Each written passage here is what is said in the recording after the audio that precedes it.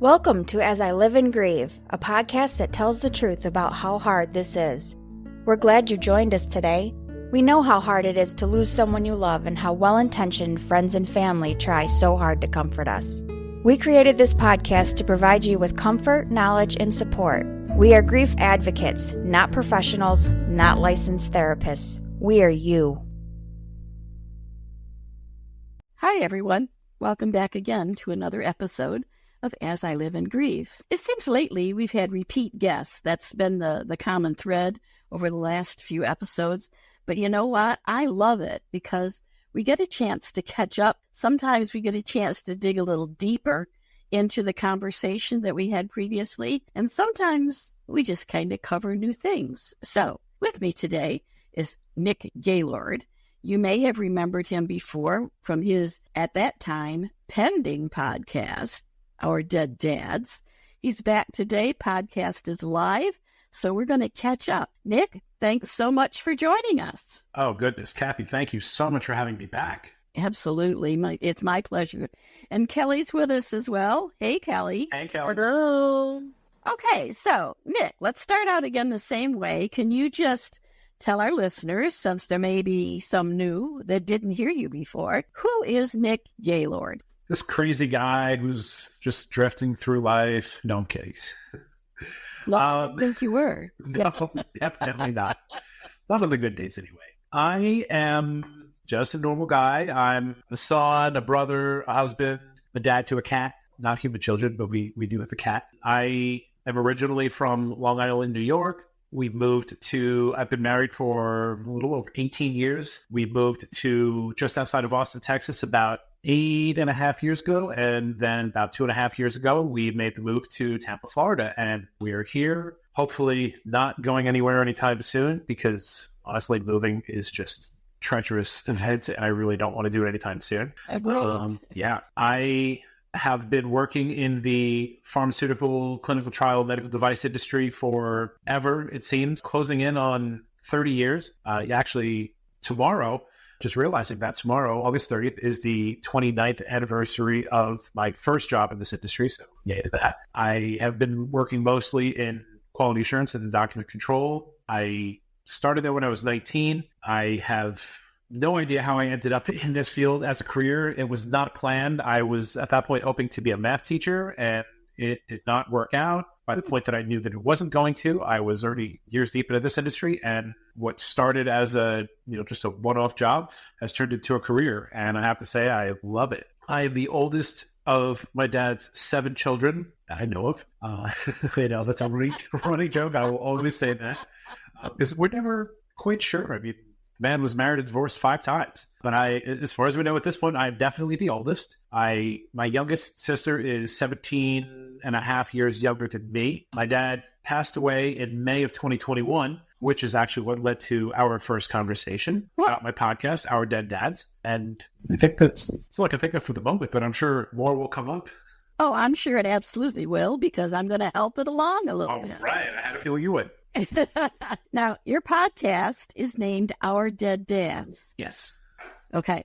And it's live now. It sure is. It went live officially on June 18th of this year, 2024, in case if somebody's listening in a later year. And at this point, I dropped the first 3 episodes on day 1 on June 18th. And the first 3 episodes were me doing basically an interview with myself, or just having a conversation with everybody who's listening, telling my story of how I got here, why I'm doing a podcast, my relationship with my dad. The second episode, I interviewed my 3 younger brothers. The third episode, I interviewed 3 of my best friends that I have known since probably junior high school, since I was about 12 or so. The 7 of us have been a very tight group for a long time. That is part of how Our Dead Dads came to be. All of us have dads who are no longer here. It's the phrase Our Dead Dads actually started as a running joke between me and my youngest brother, Michael, about 2 years ago. We were having a conversation about him, and Michael referred to him as our dead dad, and he had never done that before, and I thought that was just gold. We laughed like crazy over that, told the rest of the guys, they loved it too, and so we just basically refer to our dads now as our dead dads. And then as far as the podcast goes, well, that started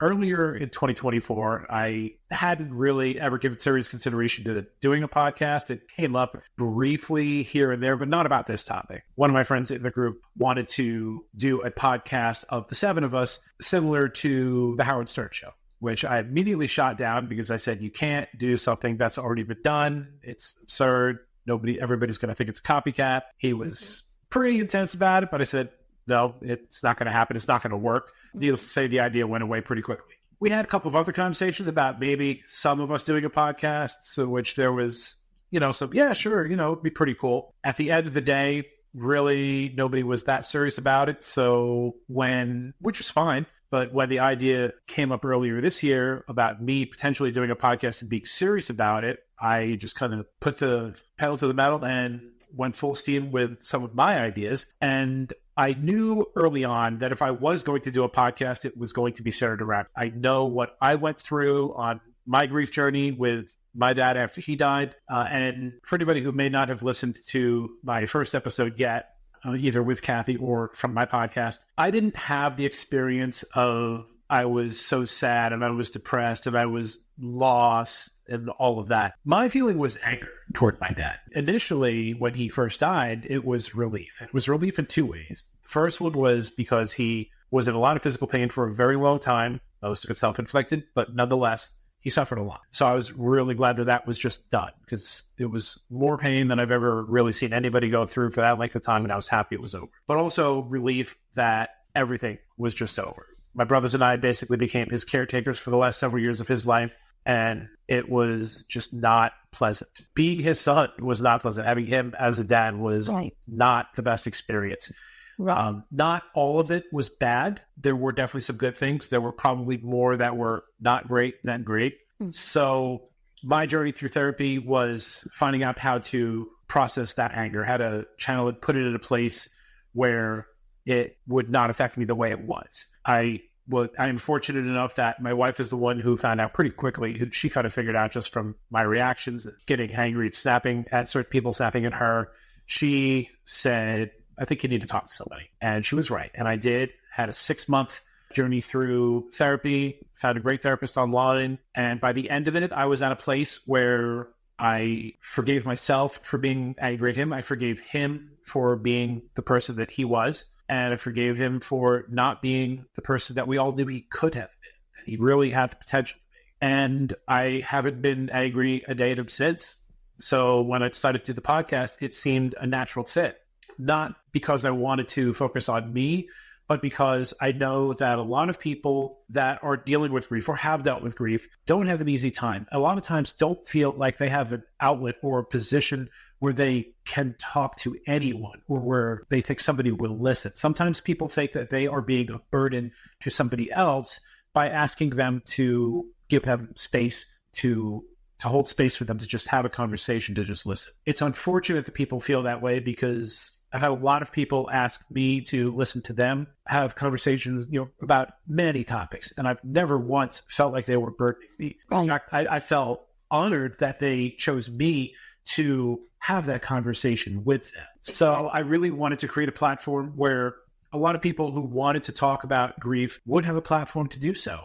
And one of the questions that you actually asked me in our first interview was, would this podcast be entirely about dads and dead dad stories? Mm-hmm. And I definitely didn't think it would at the time. And I could say at this point, it is not nearly all about dead dads. It has already, between the interviews that have been published and the interviews that I've done that haven't dropped yet, gone into so many things more than just dead dad stories. There have been parents, siblings, children. One story that I really love, it was an interview that dropped last Tuesday, episode number 13. I interviewed a gentleman named Paul Rubin, who is the director of a children's grief camp on Long Island. And that was a gut-wrenching and an amazing interview at the same time, just to hear what these kids are going through. So the camp is designed for children ages 7 to 17 who have lost a parent or a sibling. They have 2 weekend camps per year, one in the spring, one in the fall, and they have an entire weekend of activities for the children to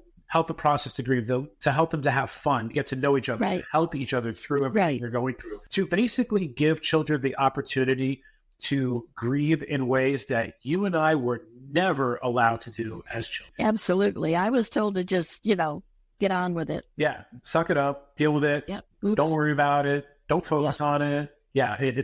We have a camp similar to that here. It's called Camp Heartstrings, and it's only once a year. It has a long, long waiting list. Long waiting list. But Nick, you've gotten really good at this, because in the time he's been talking, you answered probably 4 questions I was going to ask, and then left an opportunity for me to ask another. Go for it. So I want to point out first, and then we'll chat about it a little bit, that we all know that grief is different for everybody. Yes. We also know that most people who are grieving are somewhat quiet about it. We're very selective about who we choose to talk to about what we're going through. Very much. Especially in that initial phase. And because of that, you mentioned not really feeling grief like the routine might be, that you were angry at your father, that your childhood and your relationship with your dad may not have been the best, like it might be with other people. Right. So that lends a certain stigma, I think, to the grief that you were experiencing. And I wonder if you could just talk about that a little bit more, because I'm sure there are listeners out there that are going through or have gone through something very similar, and that is grieving someone who maybe even you were happy to see die. Yes. I have never said that. I'm sorry, I'm very funny to that. I'm not quite sure what's going on. I have never once said, I'm happy that my dad died, because I wasn't happy that he died. I was happy that, we lost it. Okay. Yeah, I was happy that he was no longer suffering. I was happy that the pain for him had ended. But I would never go, me personally, some people would say they're happy that person is dead. Well, I can think maybe of one person I would have been happy had he died. One in my life. And I see Kelly with kind of a wry smile. She knows exactly the person I'm referring to. Right. But certainly. Grief is very complicated. There are so many levels to it. Everybody, as you said, everybody's experience is different. I have spoken with people who had horrible, abusive relationships with their dads that were not present, dads that were schizophrenic drug addicts, dads that were physically abusive. I've had people that had dads that were wonderful. They had great relationships with them all the way up to the time that they died. Just because you don't have the best relationship with a person doesn't mean that there's not grief. Right. I have spoken to people that barely saw their dad for the last 10, 15 years of their dad's lives, yet everything they processed afterwards, even at the beginning, there may have been some anger, some resentment, but over time, there is still grief. There's grief to everything. It doesn't have to just be about when you're sad that somebody is gone. Right. And I definitely invite anybody who has a story, if you think that you're, the odd man out or the odd woman out because you're angry at somebody who passed, but yet you still feel like there's so much unprocessed there. It's because there is a lot unprocessed. Very, very few people can just say, I'm past it. I'm done. I'm never going to think about this person again. Screw them. I'm glad they're dead, and move on. So people can. Most of us can't. Right. So yeah, I would say anybody who is having anything like that they're having feelings that they just can't explain because you had a terrible relationship with the person, yet there's something eating away at you. It's called grief. It happens on so many levels. It doesn't have to just be for good relationships. So yeah, reach out to me. I would love to have a conversation with you. And I'm sure, Kathy, you would love to have a conversation with them. Absolutely. Well. And I think many times the grief is kind of from the perspective of you may not feel that you're really grieving the death of that person, but you are grieving the loss of the life that you never had with them.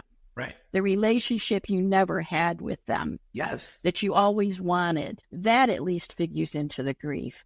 And you also mentioned the level of pain your dad was in and how you also experienced relief.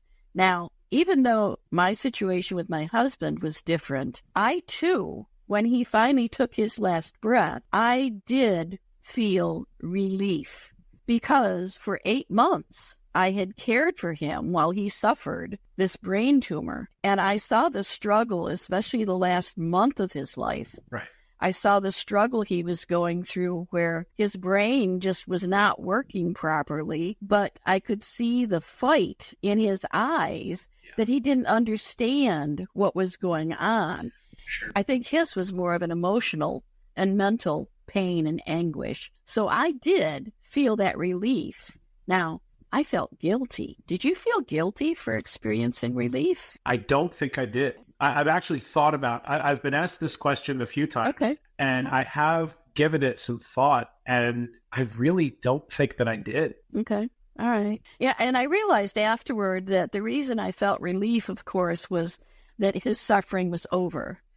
But in my mind, that at that time was very stressed, obviously, because even though I had waited for that day, when I walked in the facility that morning, I knew that was going to be the day that he was going to take his last breath. I was just convinced. It was in my heart. I knew it, that this was the day. I had that relief. I felt guilty. I thought my guilt was because I was being selfish. It is not. So listeners, if you experience that guilt, throw it away. You're not being selfish. You are just relieved that phase, that stage, that traumatic event has finally occurred, and you can then move on. Right. Absolutely. Grief is intense in every stage for everyone. Right. Anybody who is going through the process or has gone through the process of watching a loved one deteriorate and ultimately pass. Yeah, Kathy, you nailed it. If anybody is having any thoughts of, or had thoughts of relief and just glad that it's over, or if you had a bad relationship and glad that you're not dealing with them anymore, and then later on experienced guilt, your feelings are not wrong. They're not invalid. Your feelings are what they are. But also, don't give yourself a hard time because you may have experienced relief, because that person is no longer a part of your life, not because they're not suffering it. Right. This is all part of the grieving process. And this is honestly why this is one of the, billion reasons why I say every single one of us could benefit from therapy in many ways. And there's different kinds of therapy, whether it's having a conversation like you and I are having, or having a conversation with a trained professional therapist or a complete stranger. It all is a form of therapy. And it is necessary. The grieving is necessary. This therapeutic process is necessary. You have to take the first step. If you try to outrun your grief, if you try to ignore your grief or just push it out of the way or push it down and pretend it's not there, pretend it's not bothering you, you're in deep shit. You're going to get haunted by it. It's going to come back and bite. It may be a day, a week, a month, a year, several years before it happens, but it's going to happen. It happens to everyone. The only people it doesn't happen to are sociopaths because they don't feel anything. They don't feel anything. Right. They don't feel anything. Yeah. If you are on the human emotion scale and you feel things, look, I've talked about this so many times. There's no way around. If you're going to process it, the only way to do it is throw it. It's the hard way. It's the messy way. It sucks. Right. But it's going to help. Right. I want to point out something else, and I'm going to probably call in Kelly for an opinion on this one. We talk a lot about men and women grieve differently. Yes, they do. Yet here, you and I have been carrying on this conversation, and it sounds to me like your grief and my grief was a lot alike. Kelly, do you hear similarities in the way we both grieved? Absolutely. I feel like it's because you both experienced a loss, like a traumatic illness followed by death. Right. I feel like that's why they're very similar. Yeah. Now, I know there were still differences, but I think it points out for a lot of people that even though people grieve differently, even though men certainly are likely to grieve differently than women, there are still a lot of similarities in how everyone grieves. There are certain things you're going to feel, certain phases you're going to go through. And one of my favorite phases, if you will, is that moment that you decide that you just don't want to live this way for the rest of your life, and you know you need to do something about it. Right. Is that the point, Nick, where it's a good idea to figure out what might be therapeutic for you? I think that is a great point. There might be several, but that's definitely a good one. When you hit that point, you're probably going to struggle to move past that anytime soon. And if you achieve that point, probably a good idea to start thinking about what your therapy process is going to look like, what you're grieving, how your grieving process is going to progress from there. Right. And it may not be something, unless if, I'm not even going to say unless, even if you are a trained professional, it's likely not something you're going to do on your own. In fact, sometimes maybe the people who are trained professionals might be, hate to say it, the worst ones equipped to deal with it. I have dealt with therapists and life coaches who themselves struggle like crazy. Right. Right. Sometimes the helpers need to be helped. Right. And a lot of times people become grief therapists, especially because of the experience, the personal experience they have had themselves. Yeah. But it's also not the easiest thing in the world to take care of yourself when you need to. Perfect examples. My dad was an x-ray tech for like 35 years. He worked in hospitals. He knew what to do to take care of himself. Physically, did he? No, of course not. My mom was a nurse for 47 years. She largely also didn't take care of herself. I mean, she's still alive, but in a lot of ways, she didn't take care of herself the way that she should have. She knew exactly what to do. She was a nurse. She worked in a hospital for 47 years. And yet when it came to dealing with herself, she wouldn't do what she would have done in many cases for any of the patients that she had over that time. Mm-hmm. We don't always treat ourselves the same way. We don't always manage our own symptoms and our own problems the same way that we would if we were helping somebody else. Right. Well, I've often heard that nurses and doctors make the worst patients. Yes. For just that reason. Now, on the lines of therapy, you say the word therapy and people immediately think, I'm not going to go to any counselor or a psychologist or psychiatrist. Well, like Nick said, it doesn't have to be that. Find something therapeutic. It might be initially, once you kind of have that inkling, that feeling in your heart, in your mind, that you need to do something because enough's enough. Yeah. It can be read a book initially. It can be find a close friend, if you're lucky enough to have one of those that you can just talk to. Just talk. Just spill the words and cry if you need to cry. Those things are therapeutic. You may find as you go along that you need a little bit more than that, but that is a great start. And if you don't know what books to read, send me an email. I can recommend a dozen for you, but I'll certainly give you my top 3 with no problem. So just do something therapeutic. But you have to have an open mind. Well, that's you have to be, and you have to be very aware of yourself. And that's the self-care that we talk about a lot too. Go ahead, Nick. Yeah, sorry. You're right. You do need an open mind. If you're not going to have an open mind, you're wasting your time. You're wasting your money. I don't know how many of you listeners were ever a fan of the show The West Wing. It ran back 99 to 2006. It was after, I think it was like the second or third season after there was a shooting and attempt on President Bartlett, who was played by Martin Sheen. He ended up seeing a therapist, and for 2 hours, the initial session, he basically just BS'd his way through it. And the doctor knew he was just avoiding what was really going on. And like at the very end, finally, they started to he said, President Bartlett said something, and they dug into it. And then, of course, at that point, he wanted to continue. And, the doctor said, no, sorry, it's double session. It's over.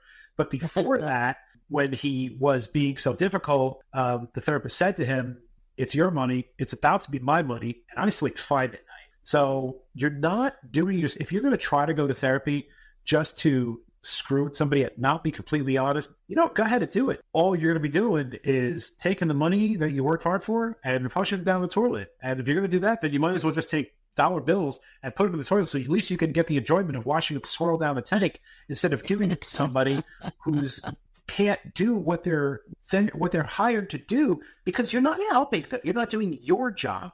Honesty is something that you need to experience with a therapist, because they can't help you if you won't talk to them. That's just the way it is. So if you're going to go through a therapy process, and I would also even say, if you not just talking to a therapist, if you're going to talk to a friend, coworker, a sibling, a spouse, whatever, if you're going to have a conversation, you're going to have to need to find a way to say what you need to say. Don't screw around with it. Don't try to hide from the truth and put this detail out, but not put that detail out. If you want to talk to somebody, do yourself a favor and be as honest as you possibly can. And if you need to cry, then cry. And if you're a man and you think that you're too big and strong and macho to cry, dude, I got news for you. You're not. Men cry. Men grieve. In fact, men are probably some of the worst patients, because they think that they don't need therapy. They think that it's not for them. They think that they have to be strong and they can't cry and they can't break down. People, men, women, all of you. Yep. Yes, you have to be strong at certain times for your family, but if you are an emotional disaster, you are not going to be effective for yourself, for your job, for your family, for anybody.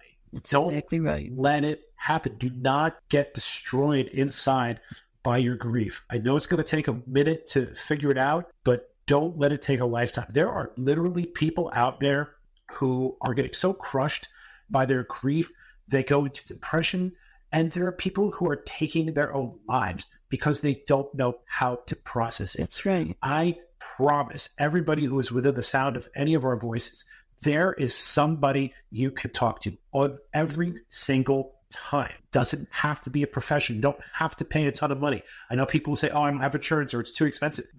We have a podcast here for free. We both have podcasts for free. If you want to talk to somebody, you know how to reach out. Yeah, you know how to reach Kathy. I'm sure she'll put my contact information. You have, and not just us, you have so many resources. Don't let them go by the wayside. Don't put yourself in a situation where you're not healing, where you're not grieving, because you're too proud of whatever it is that you think you're proud of. Pride doesn't matter. Grief will last. Absolutely. Oh, that's a perfect quote. Pride doesn't matter in grief. It shouldn't matter in grief. You have to take care of yourself. You have to be honest with yourself. Well, I think I have to kick my soapbox back under my desk because the time just flew by too fast. How does that happen, Nick? Every time we talk, even when it was before we ever did an episode together, every time we talk, time flies so fast. So, as you remember, I was going to say, we'll have to make this out of a little mini series out of this and have to do a regular thing. There's always that. It could just morph into something where, we're all co-hosts. I have more questions. Oh, do you have a question, Kelly? Questions. I have a statement and a question. All right, go. First is my question because it might be longer. Nick, did you feel any anger for, I want to say, quote unquote, having to take care of your father despite the not great relationship you had with him? I didn't have any anger because I had to take care of him. I had anger toward him because he was being an asshole about it, because he wouldn't do what he was supposed to do. The doctors would tell him what to do, how to take care of himself, and he was always the smartest person in the room. Biggest ailment he had is he needed a hip replacement. He was in a car accident when he was, I think, 16 or 17. His car got T-boned. He went through the windshield, car rolled over onto him. It crushed his pelvis, broke his hip. He spent a year in the hospital. I mean, this is back in like 1965. So that was bad. That was, you want to talk about traumatic. When he got out of the hospital, he was good. But even the doctor then said, there's going to come a point in your life where this is going to catch up with you. And I mean, he said that the doctor said at the time, I hope that there's better technology to take care of you then, because you'll probably need it. The technology was available. He refused to get a hip replacement. He died at 73. The hip probably started really bugging him, I want to say about mid-50s. And his excuse was, I'm afraid of the anesthesia. Okay, so you're going to suffer and you're going to let your quality of life degrade and deteriorate because you're afraid of the anesthesia? The man didn't have a colonoscopy until he was 72 for the same reason. Wow. And his father died of colon cancer. Yeah. So, yeah, I mean, I wasn't angry at him because I had to take care of him. I was angry at him because he didn't do what he needed to do to take care of himself. It could have been a much better process, and he could have had some quality of life. He could have been overall better. He possibly could even still be alive, but it's about how he takes care of himself or took care of himself. His eating, I mean, he lived for 50 years. He lived on a very steady diet of Coca-Cola, spaghetti, steak, rice, Oreos, chocolate chip cookies, White Castles, all the things, spaghetti, I don't have to mention that, all the things that are, probably some of the worst things for you, but he didn't care. My stepmother, who his last wife, they've been divorced 20 years, and I still call her my stepmother. She tried so many times. He said, I want to lose weight, I want to do this, I want to, eat better. She's like, fine, I'll make you whatever you want, but are you going to eat it? Because she could make whatever he wants, but if he's not going to eat, if he's not going to be consistent, it's not going to matter. So no, I wasn't angry after that. I was angry because he couldn't be bothered to actually put in the effort to take care of himself. Right. He could have helped himself a long time ago. Yeah. Good question. Okay. My statement is this about the reaching out to people. I want people to understand that you never know what someone else is going through. You hear it all the time. But with your reaching out about your grief, you could also be opening the door for the person that you're talking to, whether online or in person or on the phone, right, to then go, oh, hey, wait, I can relate to that. And then they want to share their story. And you could be helping them start their grief journey that they've been burying for who knows how long. Oh, absolutely. And so I think that's important to remember, because it's not, they say it's not always about you, but I don't mean it in like that. Right. But just as they say there's stories about you smiled at someone, on the street and they didn't kill themselves that day because you smiled at them. right. You just never know what is behind those eyes. That's You're right. And I think it's important to think about that. Yeah, no, When you speak to people generally. Yeah. About it. that is such a powerful point. You're dead on. And anybody, we know that we both know that there are people out there who are feeling things that we can't imagine because we've been there themselves. Look, I've been to some dark places. I've never been to a place where I thought that I wasn't going to wake up the next day. I know that there are people out there who do, and it's horrible to think that happens. And Absolutely. I have known people in my life who are not here because they took their own life, and it's a horrible experience to go through. Anybody, seriously, if you have anything that is anywhere close to this topic, talk to us. And even though the name of my podcast is Our Dead Dads, as we've already talked about, my podcast is about so much more than just dead dads. It is about Absolutely. grief, trauma, loss, processing all of the crap in life that we all go through and getting past it. And it doesn't matter what the situation is. If it's a grief-stricken or traumatic situation, let's talk about it. Absolutely. There's always space for that conversation. There is always space, and there's always somebody who will listen. Yep. And I'll always make time for that person. Absolutely. Okay. So you remember now with my podcast that I always turn the microphone over to my guests. So this is your chance, Nick, to tell everybody where they can find you. Know that we'll put it in the contact information in the podcast notes and everything as well. But talk to our listeners, tell them again about your podcast, how they can connect with you, etc. Floor is yours. Thank you. So yes, once again, the podcast name is Our Dead Dads. And as I've already said, it's about way more than just dads. So please don't limit any conversations to that. The website is up, which was not the first time that we talked. It is up and running. I love the website, very proud of it. OurDeadDads.com. Got a section with all the episodes that we've had in the past. There's a recommended section which lists books that guests of mine have published that are now living it there in the recommended section with links to buy if you would like. There's a recommended podcast section, which this podcast is in it. And there's also I think it's called Friends of the Podcast, which are basically sponsors or other important people. Like my wife's travel agent business is in there. The gentleman who built my website is in there. And the ladies who designed my music and my artwork, they are in there. There are contact pages if you want to be a guest. Go the contact us bar is the last one on the right side of the screen, upper right hand corner. There's a be a guest form. Fill it out, a whole bunch of questions, and then we will set up a 30-minute initial conversation, determine if it's a good fit, and if so, which most of the time it usually is, we will move towards having an interview. There is another contact form for random questions, which anybody who's listened to any of my interviews knows that I always end every interview with asking my guests a whole bunch of random questions because it's a light way to end the conversation after talking about all the crazy stuff that we've talked about. There is a lot to the website, and I definitely encourage you to take advantage of it and look through it. Like I said, plenty of ways to reach out to me if you want to. I'm definitely here. I have pages on Facebook, Instagram, TikTok, which are probably the three that I have the most active on social media. I also have the accounts on Snapchat, Twitter, but I haven't really been doing much of those. Facebook, Instagram, and TikTok are the three main ones. You can either search for Our Dead Dads podcast, or the username is the same on all three of them. It is at at Our Dead Dads Pod. So I'm easy to find. You can also find my personal Facebook page, which is just under my name, Nick Gaylord. There are several Nick Gaylords on there. So if you find the one that says host and owner of Our Dead Dads Podcast, you've got the right one. That's really it. I'm not hard to find. Well, of course you're not. Of course you're not, because you make yourself available, and that's wonderful. So to our listeners out there, did we get a little preachy today? Well, you know what? Maybe some of you needed it. So think about that for a minute. If you didn't need it, kudos to you. You're coming along in your grief journey, and I couldn't be prouder of you. But sometimes you need a little preaching. My soapbox is back under my desk, so it won't come out at least until the next episode. One never knows with me. I can get preachy one minute and then just be soft and sweet the next. Remember to take care of yourselves. And we talked a lot today about that self-care and how self-care, first of all, is having that open mind and knowing when you need some help.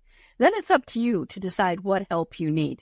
I'm a big one on resources, and there are so many free resources out there, but you have to be careful which ones you select. So I'm telling you right now, if you go to ourdeaddads.com, you'll find some great resources. If you go to websites for any of the guests, which you'll find on our website that have been on our podcast, I can vouch for every single one of those because I vet the guests before I allow them on the episodes. Nick has one more thing to say.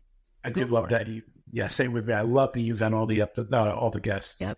I do apologize. I just want to say one other thing. You can, if you want to listen to the episodes, you can listen to any of the previous episodes through the website, or if you prefer the podcast platform, it's available everywhere. Apple, Spotify, iHeart, Amazon Music, all of them. It's all over the place. Like I said, not hard to find. Listen to it. Tell everybody you know. I'm done, I promise. Okay, not a problem. Done until next time. That's right. Yep, done until next time. And you have at least 13 episodes out there, more to come. You drop new episodes every Tuesday?